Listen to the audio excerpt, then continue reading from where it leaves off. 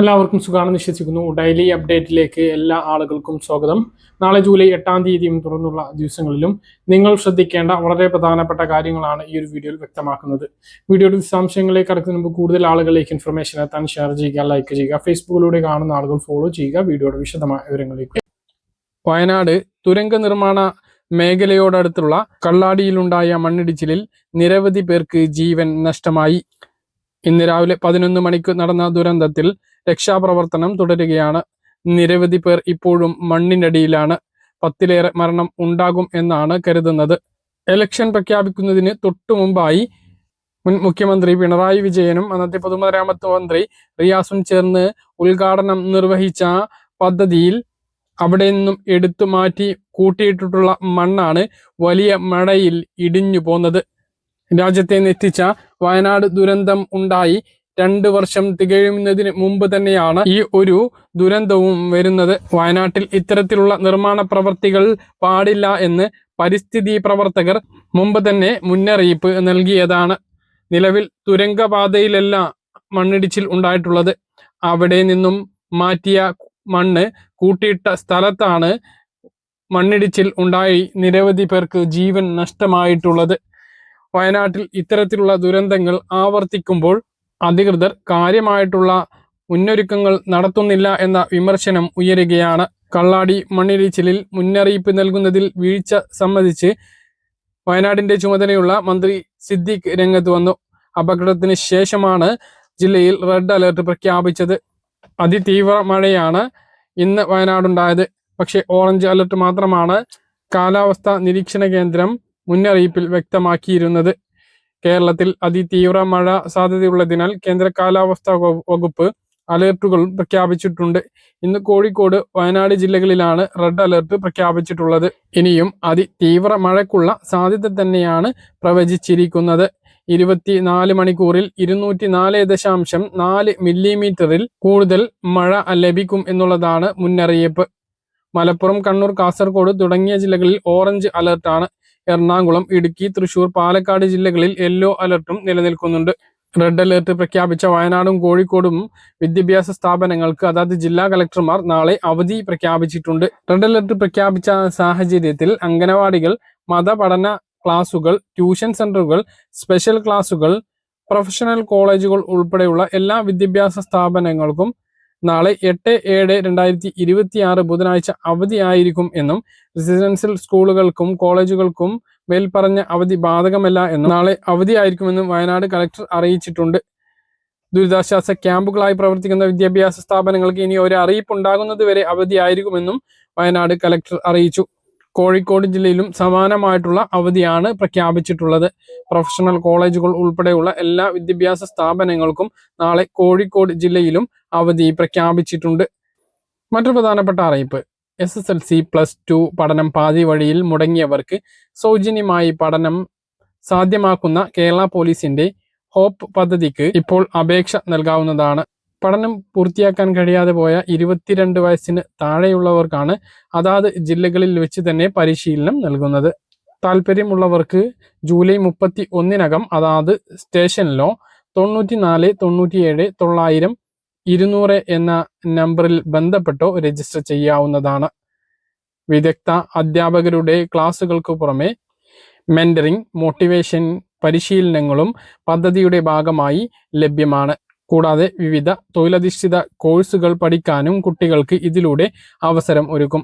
കഴിഞ്ഞ അധ്യയന വർഷം 1671 പേർക്ക് പദ്ധതിയിലൂടെ പരീക്ഷ എഴുതാൻ കഴിഞ്ഞിട്ടുണ്ട്. ഇതിൽ 1050 പേർ ഉപരിപഠനത്തിന് യോഗ്യത നേടിയിരുന്നു. 2017 ആരംഭിച്ചിട്ടുള്ള പദ്ധതിയിൽ ഇതുവരെ 8695 പേർ പരീക്ഷ എഴുതുകയും അതിൽ 5414 പേർ വിജയിക്കുകയും ചെയ്തിട്ടുണ്ട്. അപ്പോൾ താല്പര്യമുള്ളവർ തൊട്ടടുത്തുള്ള പോലീസ് സ്റ്റേഷനിലോ 94 97 900 200 എന്ന നമ്പറിലോ ബന്ധപ്പെടുക. പ്രധാനപ്പെട്ട അറിയിപ്പ്, നിലവിൽ 1000 സ്ക്വയർ ഫീറ്റിന് മുകളിലുള്ള വീട് സ്വന്തമായി ആവശ്യത്തിനുള്ള ചെറിയ കാറാണ് എങ്കിൽ പോലും 4 ചക്ര വാഹനം, 1 ഏക്കറിലധികം ഭൂമി ഉള്ളവർക്കൊന്നും BPL റേഷൻ കാർഡിന് അർഹതയില്ല. എന്നാൽ അതിൽ നിന്നൊരു മാറ്റം വരികയാണ്. കുറച്ചുകൂടി വലിയ വീടുള്ളവർക്കും BPL റേഷൻ കാർഡ് ലഭിക്കും എന്നുള്ളതാണ് പുതിയ സർക്കാരിന്റെ തീരുമാനം. 2017 സർക്കാർ തീരുമാനിച്ചിട്ടുള്ള നിയമം സംസ്ഥാന സർക്കാർ പരിഷ്കരിക്കാൻ വേണ്ടി തീരുമാനിച്ചിട്ടുണ്ട്.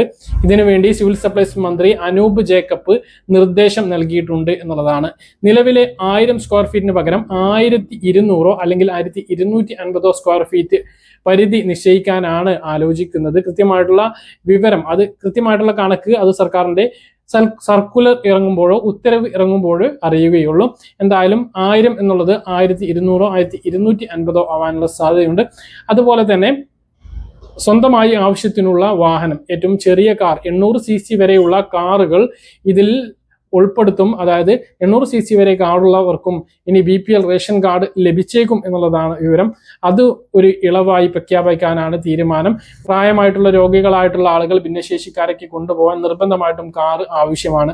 അങ്ങനെയുള്ളവർക്ക് നിലവിൽ BPL റേഷൻ കാർഡ് നിഷേധിക്കുന്ന സാഹചര്യമുണ്ട്. വീടിന്റെ കാര്യവും അങ്ങനെ തന്നെയാണ്. ഒരു 2-3 മക്കൾ ഉള്ളവർക്ക് ചെറിയ വീട് കയറ്റിയാൽ വലിയ ബുദ്ധിമുട്ടാകുന്ന സാഹചര്യമുണ്ട്. വീടിന്റെ സൗകര്യം, അതായത് വീട് 1000 സ്ക്വയർ ഫീറ്റിന്റെ വീടിന്റെ സ്ഥിതിയും അതിലുള്ള ജീവിതവും പരിതാപകരമായിരിക്കും. എന്നിട്ട് പോലും BPL റേഷൻ കാർഡിന് അർഹതയില്ലാത്ത സ്ഥിതി നമ്മുടെ നാട്ടിലുണ്ട്. അതിലൊരു മാറ്റവും വരും എന്നുള്ളതാണ് ഇതിൽ ഏറ്റവും പ്രധാനമായിട്ട് കാണാൻ കഴിയുന്നത്. ഒരേക്കറിലധികം ഭൂമി തരിശായതോ കൃഷിയോഗ്യമല്ലാത്തതോ ആയതാണ് എങ്കിൽ അവർക്കും BPL റേഷൻ കാർഡ് അനുവദിച്ചേക്കും എന്നുള്ളതാണ് ഏറ്റവും പുതിയ അറിയിപ്പുകൾ. മറ്റൊരു പ്രധാനപ്പെട്ട കാര്യം, നിലവിൽ ഇപ്പോൾ BPL റേഷൻ കാർഡിന് ഒഴിവാക്കൽ മാനദണ്ഡങ്ങളിൽ ഉൾപ്പെടാത്ത, അതായത് നിലവിലെ ഒഴിവാക്കൽ മാനദണ്ഡങ്ങളിൽ ഉൾപ്പെടാത്ത നീല വെള്ള റേഷൻ കാർഡുള്ളവർക്ക് അപേക്ഷിക്കാം. നിലവിലെ മാനദണ്ഡം എന്ന് പറഞ്ഞാൽ 1000 സ്ക്വയർ ഫീറ്റ് വീട്, സ്വന്തമായ ആവശ്യത്തിന് കാർ ഉണ്ടാവാൻ പാടില്ല, ഒരേക്കറിലധികം ഭൂമി ഉണ്ടാവാൻ പാടില്ല. അതിൽ മാറ്റം വരുമെന്നാണ് നേരത്തെ പറഞ്ഞത്. പക്ഷെ നിലവിലെ സാഹചര്യം വെച്ചിട്ട് അർഹതയുള്ളവർക്ക് ഇപ്പോൾ അപേക്ഷിക്കാം എന്നുള്ളതാണ്.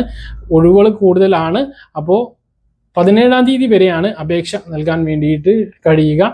അപ്പോൾ അർഹതയുള്ളവർ സിറ്റിസൺ ലോഗിൻ വഴിയോ അക്ഷയ കേന്ദ്രങ്ങൾ വഴിയോ അപേക്ഷ നൽകാൻ വേണ്ടി ശ്രദ്ധിക്കുക. തദ്ദേശ സ്ഥാപന സെക്രട്ടറി നൽകുന്ന BPL സർട്ടിഫിക്കറ്റ് ഉണ്ട് എങ്കിൽ BPL റേഷൻ കാർഡിൽ ഉൾപ്പെടാൻ വേഗത്തിൽ കഴിയും എന്നുള്ളതും, അതുകൊണ്ട് തന്നെ തദ്ദേശ സ്ഥാപനങ്ങളിലേക്ക് ഇതിന് അപേക്ഷിച്ച് അത് ആ ഒരു സർട്ടിഫിക്കറ്റ് ഉണ്ടാക്കാൻ ശ്രമിക്കുന്നവർക്കും അത് കിട്ടുന്നവർക്കും BPL ലിസ്റ്റിലേക്ക് ഉൾപ്പെടാൻ വേഗത്തിൽ കഴിയുന്നതാണ്.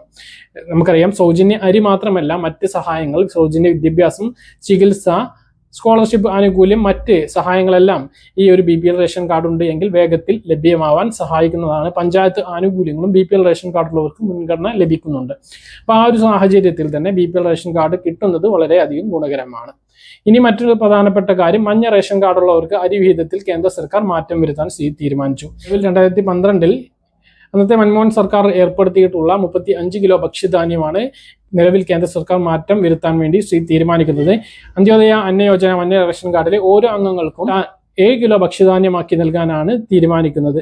നിലവിൽ 2 അംഗങ്ങളാണ് എങ്കിൽ പോലും 35 കിലോ ഭക്ഷ്യധാന്യം ലഭിച്ചിരുന്നു.